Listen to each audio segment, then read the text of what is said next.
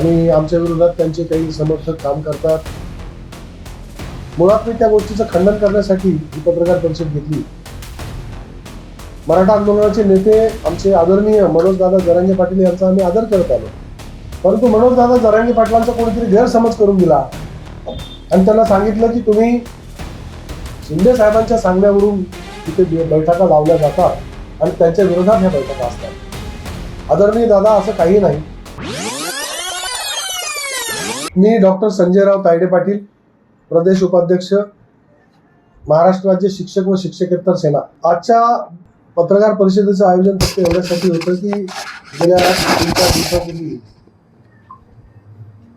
आमचे आदरणीय मनोजदादा जरांगे पाटील, मराठा आरक्षणाचे नेते, त्यांनी माननीय नामदार एकनाथरावजी शिंदे साहेब यांच्याबद्दल अपशब्द वापरले आणि त्यांच्या कार्यावर शंका घेतली, त्यांच्यावर संशय घेतला की त्यांनीच आमच्या विरोधात पिटिंगा लावल्या आणि आमच्या विरोधात त्यांचे काही समर्थक काम करतात.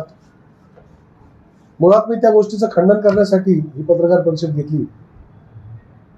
मराठा आंदोलनाचे नेते आमचे आदरणीय मनोजदादा जरांगे पाटील यांचा आम्ही आदर करत आलो आणि इथून पुढेही त्यांचा आम्ही नेहमीच आदर करत राहू. तसं आमच्या समाजासाठी ते आमचे दैवत आहे. परंतु कोणाकडूनही मिळालेल्या चुकीच्या किंवा अर्धवट माहितीच्या आधारे आपण माननीय नामदार एकनाथरावजी शिंदे साहेबांवर जे टीका केली ते त्यासाठी वस्तुस्थिती जाणून घेणे आवश्यक आहे. ज्या बैठकीबाबत माननीय नामदार एकनाथराव शिंदे साहेबांना माहिती नव्हतं. खरं तर या बैठका गेल्या 25-30 वर्षापासून वेगवेगळ्या समाजाचे नेते घेत असतात आणि ह्या बैठका आपापल्या समाजासाठी ते मंडळी कुठं घेतात, मध्यवर्ती ठिकाणी जिथं हॉल असेल तिथे घेतात. शिवछत्रपती कॉलेजला बैठका होतात, MGMला बैठका होतात. योगायोगानं ही बैठक पूर्व नियोजित होती,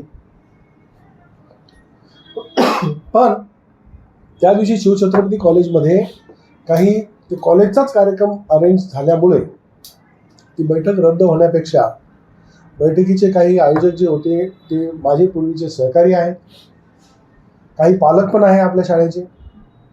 त्यामुळं त्यांनी मला प्रश्न केला की 5 मिनिटाच्या अंतरावर तुमची शाळा आहे, रविवार आहे, सुट्टीचा दिवस आहे, हॉल मिळेल का? 50-50 लोक आहेत आम्ही. मला त्यांना नाही म्हणता नाही आलं, कारण ते जुने सहकारी आहे, ओळखीचे आहेत. त्यांनी इथं बैठक घेतली. 10 मिनिटासाठी मी पण त्या बैठकीला आलो, पाहुणचार केला त्यांचा, चहा पाणी केलं आणि मी निघून गेलो. पुन्हा भविष्यामध्ये काय चर्चा झाली, काय चर्चा नाही झाली त्याबद्दल मला काही जास्त माहिती नाही आहे. परंतु मनोजदादा जरांगे पाटलांचा कोणीतरी गैरसमज करून दिला आणि त्यांना सांगितलं की तुम्ही शिंदे साहेबांच्या सांगण्यावरून इथे बैठका लावल्या जातात आणि त्यांच्या विरोधात ह्या बैठका असतात.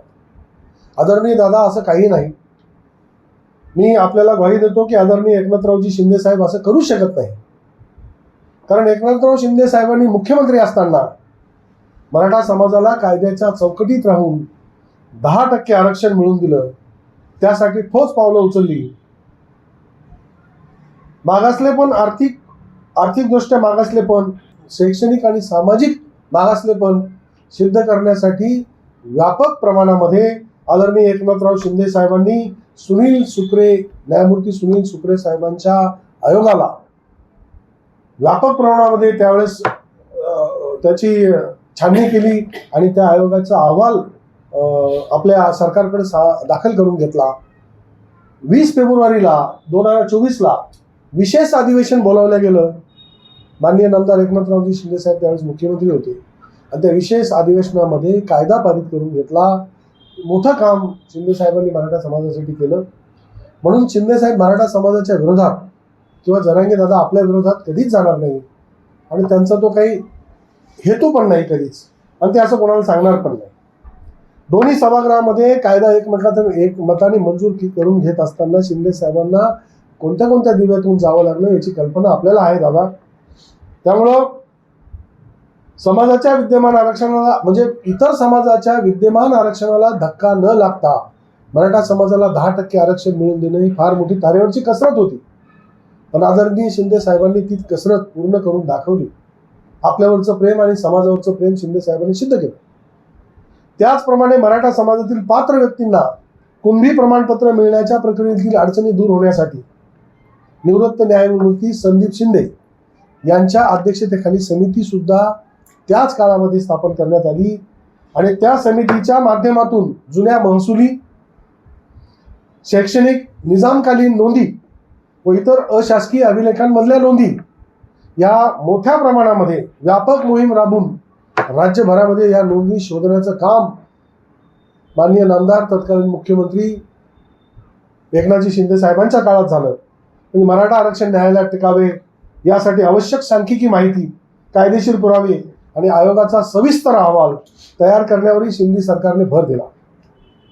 मराठा आंदोलकांशी चर्चा केली आणि त्या चर्चेच्या माध्यमातून मराठा आंदोलकांचा मराठा आरक्षणाचा तिढा सोडवण्यासाठी एकनाथराव शिंदे साहेबांनी काम केलं. मराठा समाजाच्या आंदोलनाची दखल घेऊन त्यांच्या सरकारने राज्यव्यापी सर्वेक्षण केले. मागासवर्ग आयोगाचा अहवाल स्वीकारला, विशेष अधिवेशन बोलावले आणि मराठा समाजासाठी स्वतंत्र 10% आरक्षण मंजूर केले, कायदा केला. कुणबी नोंदी शोधण्यासाठी स्वतंत्र समिती स्थापन करून प्रमाणपत्र वितरणाची प्रक्रियाही गतिमान केली. त्यामुळे एकनाथराव शिंदे साहेब हे आदरणीय मनोज दादा आपल्या किंवा मराठा आरक्षणाच्या विरोधात नाही, हेच मला वारंवार आपल्याला सांगायचं. आपला गैरसमज आपण कृपया दूर करावा, हीच कळकळीची विनंती आहे. काही लोक स्वतःच्या वैयक्तिक किंवा राजकीय स्वार्थासाठी चुकीची माहिती किंवा अपूर्ण माहिती आपल्याला पुरवतात. आदरणीय दादा, आपण त्याची शहानिशा करावी एवढीच या प्रसंगी आपल्याला विनंती आहे. या बैठकीशी आदरणीय माननीय नामदार एकनाथराव शिंदे साहेबांचा कुठलाही संबंध नाही, हेच या प्रसंगी सांगतो आणि थांबतो. धन्यवाद. बैठक ही गेल्या अनेक वर्षापासून या बैठका सुरू आहेत. खरं तर ही बैठक मराठा समाजाचे 25-30 वर्षापासून चळवळीत काम करणारे नेते होते आणि त्यांनी ही बैठक लावली होती. त्यांच्या बैठका वारंवार होतात. आपण त्या बैठकाला सगळेच हजर असतो. परंतु त्या दिवशी योगायोग असा होता की त्यांना जागाच नाही मिळाली आणि म्हणून त्यांनी विनंती केली की 5 मिनिटाच्या अंतरावर सर तुमची शाळा आहे. तर त्या 5 मिनिटाच्या अंतरावर आम्ही 1 तास 2 तास गप्पा करतो आणि आमची चर्चा करतो.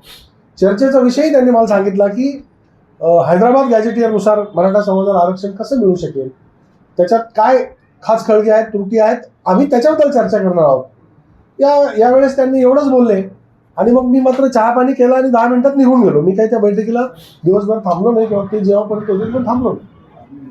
परंतु त्याचा विपर्यास असा झाला की दादांचा गैरसमज इथल्याच काही मंडळींनी, कदाचित त्या संघटनांच्या विरोधात, माझ्या विरोधात तर कोणी नाहीच आहे, पण त्यांच्या विरोधात काम करणारे काही संघटना असतील, त्यांनी दादांना चुकीची माहिती दिली की त्यांच्या संदर्भात दिली पण दादाचा गैरसमज करून दिला. आता ते मला नाही सांगता येणार, परंतु त्यांच्यातला विरोध दादाकडे नेऊन वेगळाच चुकीचा मार्ग त्याला दिला गेला. सर, मी शिवसेनेचा एक नेता आहे, इतर सत्य आहे. शिवसेनेच्या नेत्याकडे मिटिंगा चालतात आणि ते तुमच्या सांगण्यावरून चालतात, त्याचा खुलासा करणं मला भाग आहे.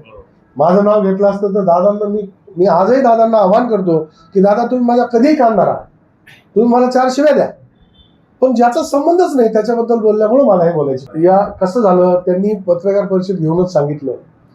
मला जर त्यांनी वैयक्तिक कधीही बोलवलं तर मी या गोष्टीचा खुलासा करण्यासाठी त्यांच्या समक्ष उपस्थित राहून त्यांना केव्हाही मी खुलासा केला.